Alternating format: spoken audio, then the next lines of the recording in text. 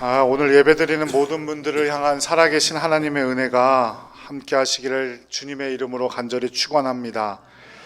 오늘 본문의 주인공은 갈렙이라는 사람입니다. 여호수아와 함께 제 2세대를 출애굽 2세대를 이끌었던 믿음의 선조입니다.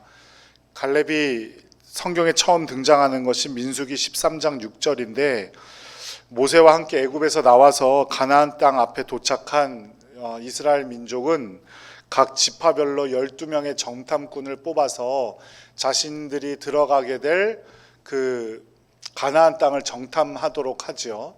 그래서 각 지파별로 한 명씩 뽑았는데 갈렙은 유다 지파 사람이었어요.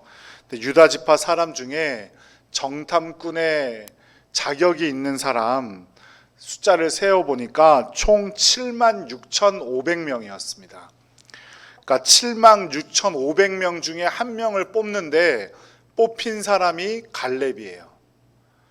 엄청나죠, 그죠? 76,500대 1의 경쟁률을 뚫은 사람. 2대1, 3대1도 얼마나 어렵습니까? 대학 입시 요새 껄떡하면 좀 좋은 학과들은 20대1, 30대1도 넘어간다고 하는데 76,500대 1이었어요. 우리 교회도 이제 전도 컨퍼런스 다음 주에 결선을 남겨놓고 있죠. 결선 상품인 스타리아 자동차 경쟁률이 2대 1이에요. 2대 1.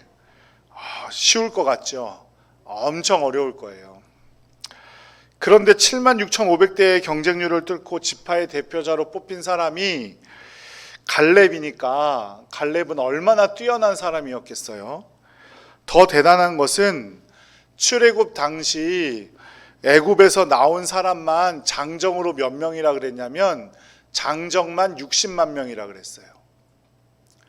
그러니까 장정이 60만 명이니까 거기에 딸린 식구들, 어린이들, 부인들, 또 노예들 다 따지면 200명이 훌쩍 넘었을 거거든요. 그 200만 명 중에서 가나안 땅에 들어간 사람은 몇 명입니까? 몇 명 들어갔어요?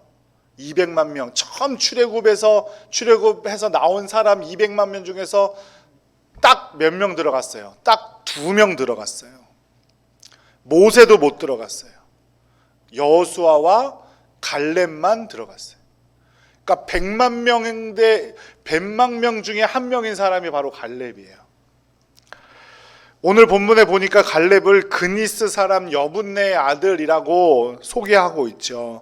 성경 다른 곳에서는 이 그니스 부족을 그나스 부족이라고도 말하는데 이 그니스 사람들은 원래 에돔 족속 사람들이에요. 즉 이방인이란 뜻이죠. 에돔 족속은 누구의 후예예요? 야곱의 형이었던 에서의 후예들이 에돔 족속이에요. 신명기 23장에 보면 그니스 부족 사람들을 할례를 받고 하나님을 믿는다는 전제하에 이스라엘 사람들로 받아들여주는 장면이 나와요. 그러니까 원래 갈렙은 이방 사람이었어요. 그러다가 이스라엘 사람들로 받아들여진 사람이죠. 그런 갈렙이 76,500대 1, 100만 대 1의 경쟁률을 뚫고 믿음의 사람으로 성경은 평가하고 있습니다. 전승에 따르면 갈렙의 조상이 야곱의 네 번째 아들 유다와 친구였고 그 인연으로 가나안 땅에서 살다가 어디로 가요? 원래 아브라함이 거주해 있던 가나안 땅에 살다가 애굽으로 함께 가서 살다가 얻은 자손 중에 한 명이 여분네와 갈렙이다, 이렇게 전승으로 전해지기도 합니다. 그러니까 여기서 말하고자 하는 건 하나님의 일을 감당하는데 혈통 중요하지 않다는 겁니다. 내가 믿음의 가문 사람이다, 내가 4대 동안 신앙생활을 해왔다, 그런 것들 문제가 되지 않는다는 거예요. 하나님의 사람을 뽑을 때는 분명한 기준이 있었습니다. 출애굽기 18장 21절 말씀 함께 읽어보죠. 너는 또 온 백성 가운데서 능력 있는 사람 곧 하나님을 두려워하며 진실하며 불의한 이익을 미워하는 자를 살펴서 백성 위에 세워 천부장, 백부장과 50부장과 10부장을 삼아. 백성 가운데 능력 있는 사람, 온 백성 가운데 능력 있는 사람. 그러니까 어떠한 사람이든지 능력만 있으면 하나님의 일을 할 수 있도록 만든 거예요. 이방인이냐 유대인이냐 학력이 높냐 좀 뭐 낮냐 돈이 많냐 적냐가 하나님의 기준이 아니라는 겁니다. 하나님의 기준은 능력이 있는 사람이어야 하는데 그 능력이 있다 역시 세상의 기준과는 달라요. 뭐라고 하냐면 능력 있는 사람 곧 하고 쭉 나오죠. 그러니까 능력이 있는 사람이란 뜻은 하나님을 두려워하는 사람이고 진실하고 불의한 이익을 딱 끊어버릴 수 있는 사람이어야 한다 이 말이에요. 여기서 진실하다라는 말은 겉과 속이 다르지 않다, 말과 행실이 같다, 화장실 들어갈 때와 나올 때가 같다 이런 뜻이에요. 이런 기준으로 사람을 뽑았더니 갈렙이 뽑힌 겁니다. 신약 성경은 어떻습니까? 신약 성경에서도 막 뽑지 않았습니다. 디모데전서 3장 8절과 9절 말씀을 함께 읽어보죠. 이와 같이 집사들도 정중하고 일구이언을 하지 아니하고 술에 임박히지 아니하고 더러운 일을 탐하지 아니하고 깨끗한 양심에 믿음의 비밀을 가진 자라야 할지니라. 여기서 말하는 집사는 지금 있는 집사님들 뿐만 아니라 목사를 포함한 모든 교회 지도자들을 말하는 거죠. 교회 지도자들을 뽑을 때는 정중하고 즉 예의범절을 알고 일구이언을 하지 않고 앞에 말로 표현하면 어떻다는 거예요? 진실한 사람 말하는 거죠. 술에 임박히지 않고 거짓으로 이익을 취하지 않고 신앙의 양심을 따라 살아가는 사람이 되어야 한다는 겁니다. 술에 임박히지 않다라는 것은 절제할 줄 아는 사람이다 이런 뜻이에요. 이런 기준에서 본다면 갈렙은 하나님을 두려워할 줄 아는 사람이고 진실하고 즉 겉과 속이 다르지 않고 절제할 줄 알고 예의범절이 있던 사람이었다. 그 대표로 뽑힌 사람이 갈렙이다 이 말입니다. 갈렙은 이런 기준으로 유다 지파를 대표하는 정탐꾼이 되었죠. 그래서 한 지파당 한 명씩 12지파의 사람들이 가나안 땅에 다녀왔어요. 그런데 가나안 땅에 다녀와서 보고한 내용, 그 땅이 어떤지를 보고한 내용은 12명이 똑같았습니다. 그 땅은 너무나 살기가 좋습니다. 과실이 풍성하고 우리가 전에 살던 애굽보다도 더 훌륭한 땅이고 더 좋은 땅입니다. 이렇게 말하죠. 그런데 그 평가와 해석은 전혀 달랐어요. 12명 중에 10명은 좋은 땅이긴 하지만 그곳에 살고 있던 사람들은 아낙 족속이라는 거인 족속이고 성읍이 견고해서 우리가 점령할 수 없으니까 이제 어떻게 쓰면 좋겠습니까? 이거였고 그 나머지 2명인 여호수아와 갈렙은 그 땅으로 들어가야 한다고 말했습니다. 왜요? 우리가 싸움을 잘하니까, 싸움에서 잘할 수 있으니까, 우리가 좋은 무기가 있으니까. 그렇지 않아요. 누가 함께 하시니까? 하나님이 함께 하시니까. 하나님이 그 땅을 약속하셨으니까 우리는 그 땅에 들어가야만 하는 겁니다 라고 말하는 거죠. 이 말을 들은 이스라엘 사람들은 극도로 불안해하기 시작하면서 민수기 14장 1절 말에 보니까 밤새도록 통곡했다라고 기록하고 있습니다. 그리고 이렇게 울부짖었습니다. 차라리 애굽에서 죽거나 광야에서 죽는 것이 훨씬 좋을 뻔하지 않았냐. 이렇게라면 어떻게 하나님이 우리를 인도하신다고 우리가 생각할 수 있겠냐. 급기야는 이렇게 말합니다. 지도자를 다시 세워서 모세를 내쳐버리고 지도자를 다시 세워서 애굽으로 돌아가자. 그게 우리의 살 길이다. 이런 모습을 보고 있던 갈렙과 여호수아는 옷을 찢으며 안타까워하기 시작했습니다. 그리고 이렇게 말합니다. 민수기 14장 8절 9절 함께 읽겠습니다. 여호와께서 우리를 기뻐하시면 우리를 그 땅으로 인도하여 들이시고 그 땅을 우리에게 주시리라. 이는 과연 젖과 꿀이 흐르는 땅이니라. 다만 여호와를 거역하지는 말라. 또 그 땅 백성을 두려워하지 말라. 그들은 우리의 먹이라. 그들의 보호자는 그들에게서 떠났고 여호와는 우리와 함께 하시느니라. 그들을 두려워하지 말라 하나. 그들을 두려워하지 말라고 했습니다. 여호수아와 갈렙은 하나님이 우리와 함께 하신다. 우리가 싸움을 잘하고 좋은 무기가 있고 우리가 강하기 때문이 아니라 하나님이 우리와 함께 하시니까 두려워하지 말라는 거예요. 여러분은 누구의 말을 들으시겠습니까? 세상은 다수결의 원리로 돌아갑니다. 10명의 선택을 따른다고 해도 전혀 이상한 문제가 아닙니다. 이 10명도 어떤 사람입니까? 보통 사람이 아니었어요. 그 지파에서 수만 대 1의 경쟁률을 뚫고 믿음의 사람으로 선택된 사람들이에요.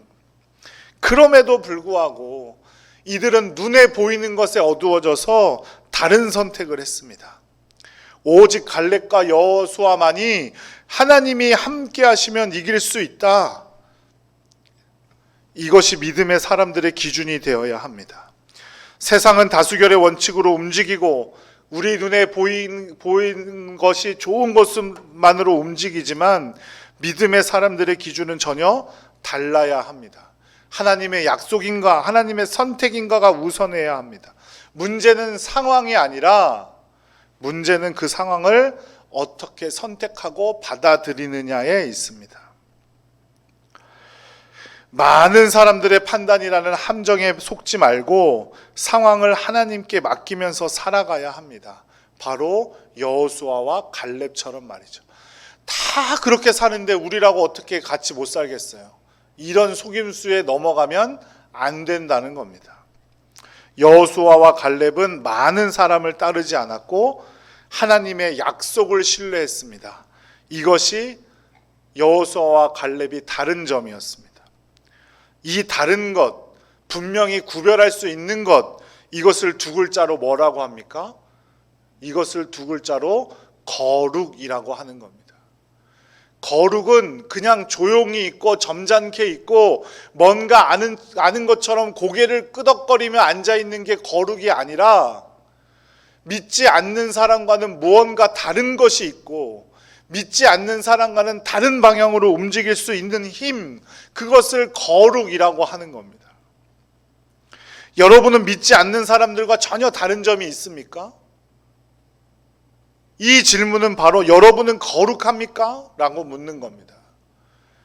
눈에 보이는 것에 속아서 거룩하지 못해서 하나님의 약속까지 잊고 하나님의 방향과는 반대 방향으로 떠나버리려고 하는 10명의 정탐꾼과 이스라엘 백성은 어떻게 되었습니까? 민수기 14장 32절 33절 말씀 함께 읽겠습니다. 너희의 시체는 이 광야에 엎드러질 것이요 너희 자녀들은 너희 반역한 죄를 지고 너희 시체가 광야에서 소멸되기까지 40년을 광야에서 방황하는 자가 되리라. 너희는 이 중에 단 한 사람도 가나안 땅으로 들어가지 못할 것이다. 그리고 너희의 자녀들은 40년 동안 광야를 방황하는 신세가 될 것이다. 왜 이 사람들이 광야에서 40년 동안 살아가게 됩니까? 하나님을 신뢰하지 못했기 때문이에요. 거룩하지 못했기 때문이란 말입니다. 40년을 광야를 떠돌게 되고 하나님께서 약속하신 그 땅으로 들어갈 수 없게 될 것이라는 약속입니다. 앞서 보았듯이 여호수아와 갈렙만이 그 땅으로 약속하신 땅으로 들어갈 수 있게 되었는데 갈렙과 여호수아도 곧장 하나님의 땅으로 들어가게 된 것이 아니라 40년을 함께 방황하게 되었습니다. 그렇다면 이 갈렙과 여호수아는 어떻게 해야 할까요? 하나님께서 들어가게 해주신다고 약속하셨으니까 내 마음대로 살면 될까요? 아니면 하나님의 약속 받았으니까 하나님께서 다 해주실 거라고 믿고 그냥 가만히 있으면 됩니까? 응원단들이 2002년 월드컵 때 꿈은 이루어진다라고 그렇게 열성적으로 응원하니까 축구 선수들은 꿈을 이루어질 줄로 믿고 그냥 가만 앉아 있으면 우리가 그냥 성적 좋게 나오는 겁니까? 땀을 흘려 노력해야지요. 공부하지 않는데 하나님께서 자녀들을 복 주시겠다고 했으니까 그냥 가만히 앉아 있으면 좋은 성적이 나옵니까? 그렇지 않죠. 최선의 노력을 해야 합니다. 신앙생활도 마찬가지입니다. 우리는 하나님께서 놀라우신 은혜로 천국에 들어갈 자격을 주신 하나님의 자녀들입니다. 그러니까 이제 우리는 이제 앞으로 그냥 가만히 앉아 있기만 하면 됩니까? 있는 그대로 여태까지 살아왔던 대로 그냥 세상 물결에 휩쓸려 살아가기만 하면 우리는 나중에 천국 가는 겁니까? 그렇지 않다는 겁니다. 우리는 거룩을 위해서 끊임없이 분투해야 합니다. 눈에 보이는 세상적인 것들에 무릎 꿇어서는 안 됩니다. 믿음은 행함으로 증명된다고 했습니다. 우리는 천국에 들어갈 하나님의 자녀들이라면 하나님의 자녀답게 이 땅 가운데 그 사실을 증명하며 살아가야 하는 겁니다. 세상 사람들과는 조금 다르게, 세상 사람들이 돈을 보며 우르르 쫓아갈 때 함께 뒷꼬리 잡고 쫓아가는 것이 아니라 하나님의 선택은 무엇일까를 고민하고 하나님의 선택은 무엇일까를 생각하고 걸어가야 합니다. 여러분들은 정말로 하나님을 사랑하고 계십니까? 그리고 또 여러분들을 하나님께서 사랑하신다는 사실을 믿으십니까? 그렇다면 그냥 이렇게 살아서는 안 됩니다. 진정으로 이웃을 사랑하고 어려운 분들을 돕고 겸손하게 섬기는 삶을 살아가야 합니다. 그런 의미에서 우리 교회가 매 사순절 때마다 하는 금식 헌금, 그것을 통하여서 우리 지방에 있는 비전교회들을 돕고 이웃을 섬기는 일들은 참 의미 있는 일입니다. 그것이 바로 거룩입니다.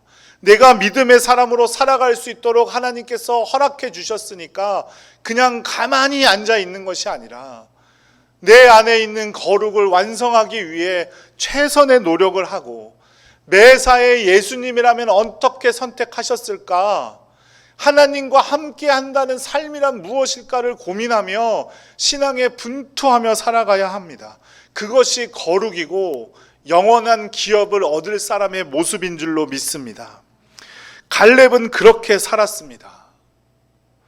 이제 오늘 우리가 함께 읽은 본문은 45년 후의 일입니다. 이 사건, 정탐의 사건이 이루어진 후 45년의 일. 이 45년이 지나서 땅을 분할하게 되는데, 땅을 왜 분할하냐면 땅을 제비 뽑아서 뽑기로 했거든요. 그래서 그 땅에 제비를 뽑을 사람을 선택을 하는 겁니다. 그런데 유다 지파에서는 누가 뽑혔습니까? 45년이 흘렀는데 그때에도 갈렙이 뽑혔습니다. 제가 무슨 말을 드리려고 하는지 이해가 되시죠? 갈렙은 45년 동안 한결같이 믿음을 지켜왔다는 거예요. 유다 지파를 보니까 45년 동안 갈렙을 넘어설 수 있는 믿음의 사람이 보이지 않았다는 겁니다. 그 사람을 뽑을 때 역시 똑같은 앞의 기준을 가지고 뽑았을 겁니다. 갈렙이 뽑혔어요. 갈렙이 그렇다고 그동안 평안한 삶을 살았던 것만은 아닙니다. 갈렙은 자신보다 나이가 어렸던 여호수아에게 민족의 지도자의 자리를 내어주었습니다. 하나님의 선택이었지요. 하나님께서 여호수아를 선택하셨어요. 그때 인간적인 마음으로 생각해 보자면 갈렙이 불만을 품을 수도 있지 않았을까요? 출애굽해서 나온 사람 200만 명 중에 단 둘 여호수아와 갈렙이 남았는데 갈렙이 형이었단 말이에요. 그리고 지파도 갈렙은 유다 지파, 가장 이스라엘 지파 중에 사람이 제일 많은 지파였어요. 자기가 반역이라도 일으키면 엎어버릴 수도 있는 그 여호수아라는 지도자를 끌어내릴 수도 있는 상황이었다고요. 갈렙은 그렇게 하지 않았어요. 또한 하나님께서는 유다 지파의 수장을 암미나답의 아들 나손으로 정하셨어요. 땅의 분할이나 정탐꾼은 갈렙에게 맡겼지만 하나님께서 유다 지파를 끌어갈 수 있는 지도자로는 나손이라는 사람으로 선택을 한 상황이었다고요. 거기에 불만을 품을 수도 있지 않았을까요? 갈렙의 행적은 광야 40년 동안 그리 많이 기록되어져 있지 않습니다. 그러나 우리가 분명히 알 수 있는 건 다시 그 땅을 분할하는 제비를 뽑을 대표자로 갈렙이 뽑혔다는 것이고, 갈렙은 그렇게 계속 믿음의 생활을 지켜나갔다는 겁니다. 자신의 삶을 믿음으로 한 걸음 한 걸음 채워나갔다는 거예요. 세상의 인정보다 하나님의 인정을 위해 살아가는 여러분들 되시기를 간절히 축복합니다.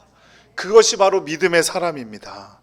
예술기획자 신수진 씨라는 분이 쓰신 밥짓기의 숭고함이라는 글이 있어요.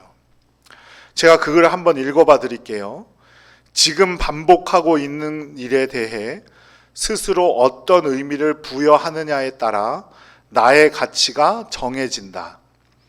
세상을 구하는 일은 새로 뽑은 정치인들에게 잠시 맡기고 오늘은 나와 가족을 위해 밥을 짓는 시간에 집중해 보자. 밥 짓기도 밥벌이만큼 숭고하다.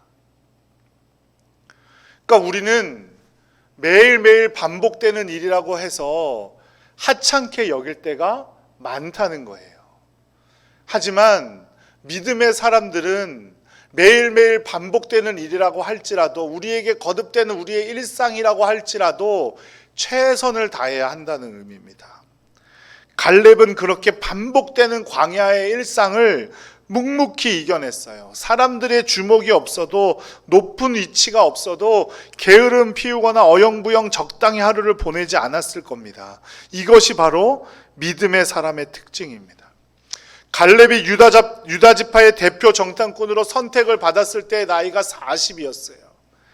그리고 땅을 분할할 때 책임자로 선택을 받을 때가 85세였습니다. 45년 동안 한결같이 믿음의 길을 지켰던 갈렙과 같이 우리 동산교회 모든 성도들도 그렇게 되시기를 간절히 축복합니다.